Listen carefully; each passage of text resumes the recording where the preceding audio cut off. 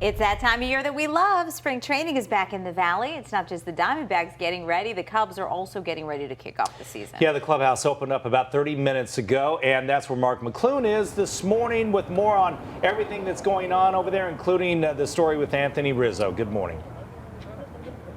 Yeah, good morning, guys. Certainly spring training, whenever the Cubs take the field for spring training, a time of joy out here. Fans, players excited to be back, but a somber start to the Cactus League for the Chicago Cubs and first baseman Anthony Rizzo, who returns to work today for the first time since going back to his hometown of Parkland, Florida, and speaking at the vigil after the tragedy, the massacre at his high school in Parkland, Florida, that took the lives of 17. So Rizzo got up, spoke. He was emotional last week at the vigil, and their comments that have made national news, where he called for change. He talked today. He just finished speaking to the media. He had about a 20-minute news conference and talked about the coach Aaron Feist, a coach that he knew very well, who sacrificed his life for other students, and talked about how much that impacted him and his community. His parents, one of the first homeowners there in Parkland, and that's his high school. He attended classes there.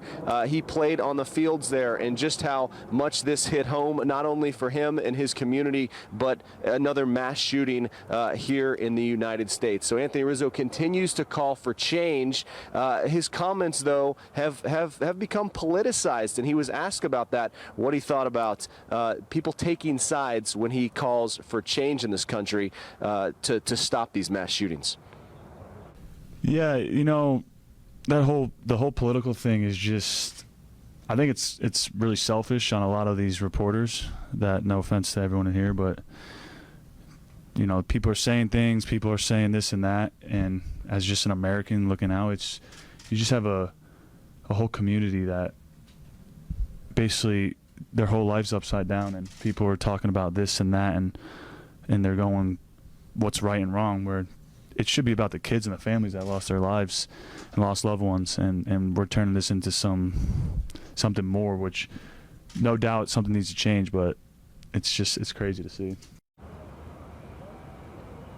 Yeah, and Anthony Rizzo continuing to call for change. Now, he did say during his news conference that he never said the words gun control, but that label and those words have been put into different stories and different things that have ended up on social media and the internet, and has caught him right in the middle of a political discussion about gun control. He was asked about what his different opinions were. I actually had asked him if he was going to continue to be a spokesman for change when it comes to this issue. That's the word he uses here, is change, and he said he would, but he didn't think it would be fair to his teammates to be extremely outspoken the entire year. But he'll continue to work with the students back at his high school in Parkland, Florida, who've been very outspoken. We've heard from them this morning on Good Morning Arizona, and he'll continue to stand with them, and thinks it's great that they're standing up and having a voice, especially after this tragedy, another tragedy here, another mass shooting in America. So Anthony Rizzo back to work today. He's gonna take the field with the Chicago Cubs teammates here very shortly and try to get back to baseball. The Cubs play their first game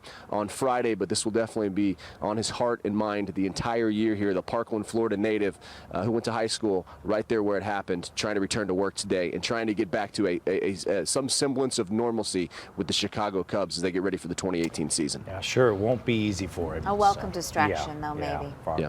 Mark, Thanks, thank you. Mark. Yeah.